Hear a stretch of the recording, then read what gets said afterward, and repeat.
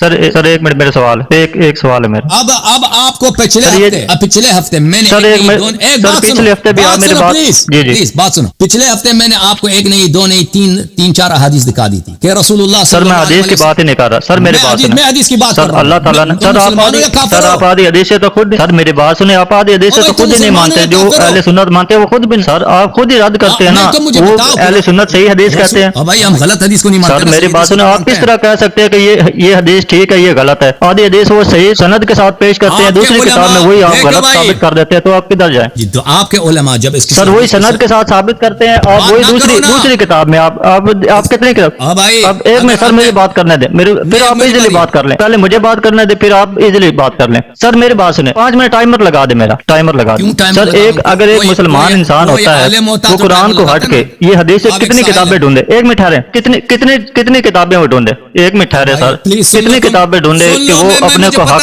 ثابت کرے؟ پہلی بات تو یہ کہ اللہ تعالیٰ نے، ایک منٹ ٹھہرے سر، ایک منٹ ٹھہرے، اللہ تعالیٰ نے قرآن میں فرمایا کہ وَلَقَدْ صَرَفْنَا لِلنَّاسِ فِي هَذَا الْقُرْآنِ مِنْ كُلِّ مَثَلٍ، ہم نے قرآن میں لوگوں کے لیے ہر مثال سے بیان کر دیا، واضح کر دیا۔ پھر ایک آج میں اللہ تعالیٰ فرماتا ہے کہ ہم نے عام لوگوں کے لیے، نہیں سر آپ خود جھوٹی کرتے ہیں نا، ہم نہیں کرتے۔ ایک مسلمان ایک حدیث کو صحیح سمجھتا ہے، دوسرا اٹھ کے اس کو غلط ثابت کر دیتا ہے، اب وہ کدھر جائے؟ آپ بتائیں نا، وہ کہاں سے ڈھونڈے؟ اینڈ قرآن پاک پہ آ کے ختم ہوتا ہے جس میں کوئی تضاد نہیں، وہ قرآن کی بات آپ نہیں مانتے، وہاں پر آپ اپنی مرضی شامل کر لیتے ہیں، وہ آپ 1400 سال پہلے تک مشروط کر دیتے ہیں کہ وہ 1400 سال پہلے تھا، اب اس کی آیتیں ہم پر نہیں۔ ختم ہے بات آپ کی بھائی، بات ختم ہے آپ کی بھائی، ختم۔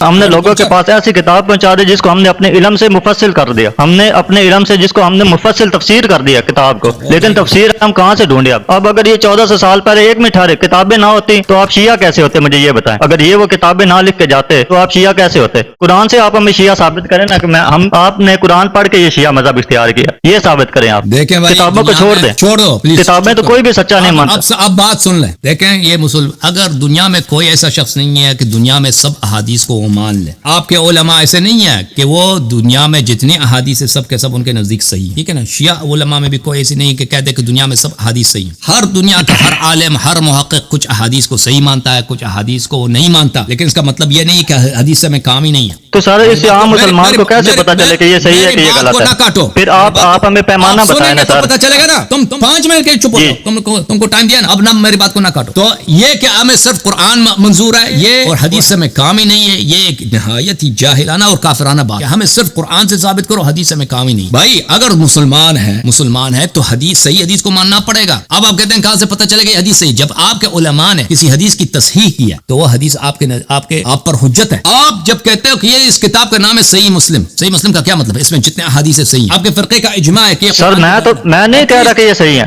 سر، میں نہیں کہہ رہا۔ اگر تم ابھی اس دفعہ ایک دفعہ مزید میری بات کو کاٹا نا تو میں تجھے چھٹی کر دوں گا۔ میں تیری بات نہیں کر رہا، سر کال نہیں کاٹنی، آپ میرا جواب دیں۔ خدا حافظ، میں نے کہہ دیا نا کہ تو میری بات نہ کاٹ۔ دیکھیں جب آپ کے علماء، آپ کے فرقے کا جب اجماع ہے کہ یہ جو کتاب صحیح بخاری ہے، تمہیں قرآن نہیں پڑھنا آتا، تم کہتے ہیں میں نہیں کہتا، تیرے کیا اوقات ہے؟ تجھے قرآن نہیں پڑھنا آتا، تجھے حدیث نہیں پڑھنا آتا کہ تو کہہ دے فلان حدیث صحیح فلان حدیث غلط ہے۔ اور بھائی کوئی آدمی اپنے قد کے مطابق، اپنے چہرے کے مطابق، اپنے چہرے تو آئینے میں دیکھو پہلے، قرآن پڑھنا آتا ہے؟ قرآن پڑھنا تجھے آتا ہے؟ یہ میں نہیں مانتا بھائی، تو ہے کون بھائی؟ تو نہیں مانتا، تیری اوقات کیا؟ جب تمہارے محدثین بڑے بڑے اکابر اس کتاب کا نام صحیح بخاری صحیح مسلم صحیح نام رکھا ہے، یہ کتابیں صحیح، تو یہ احادیث حجت ہے۔ پچھلے ہفتے میں نے ان کو حدیث دکھایا، ایک نہیں دو نہیں تین صحیح احادیث دکھائی کہ نبی کریم صلی اللہ علیہ وسلم نے وصیت کیا تھا کہ ناقصین قاسطین مارقین سے آپ نے جہاد کرنا، وہ احادیث میں نے دکھا۔ اب پھر آگے اگلے ہفتے کہ کیوں جہاد کیا ان سے، اور بھائی نبی کریم صلی اللہ علیہ وسلم کا جب حکم آیا ہے، اب میں آپ کو ایک اور حدیث دکھا دیتا ہوں۔ آپ نے جمل والوں کے متعلق پوچھا کہ جمل والوں سے کیوں امیر المؤمنین علیہ الصلوۃ والسلام نے جنگ لڑی ہے؟ یہ مسلم کی حدیث ہے، لعہد النبی الامی الی صلی اللہ علیہ وآلہ وسلم لأن لا يحبنی الا مؤمن وان لا يبغضنی الا منافق۔ نبی کریم صلی اللہ علیہ وسلم اس کو کوئی نہیں کہتا کہ یہ حدیث غلط ہے۔ اسلام میں کوئی ایسا طائفہ نہیں ہے کہ کہہ دے یہ حدیث باطل ہے، پورے شیعہ مخالفین سب کا اجماع ہے۔ دیکھیں اگر ہم کچھ احادیث کو نہیں مانتے تو اس کا مطلب یہ نہیں کہ دنیا میں کسی حدیث کو نہیں مانتے۔ اور آپ کے فرقے کے عوام کیا کریں؟ کم از کم اپنی کتابوں کو تو مانو نا، جس پر تمہارے علماء کا اجماع ہے کہ یہ حدیث صحیح۔ یہ مسلم کی معروف مشہور حدیث ہے، مجھے مل نہیں رہا، ہاں یہ ہے، مل گیا۔ کتاب صحیح مسلم، کتاب صحیح مسلم، چاپ دار الفکر 1432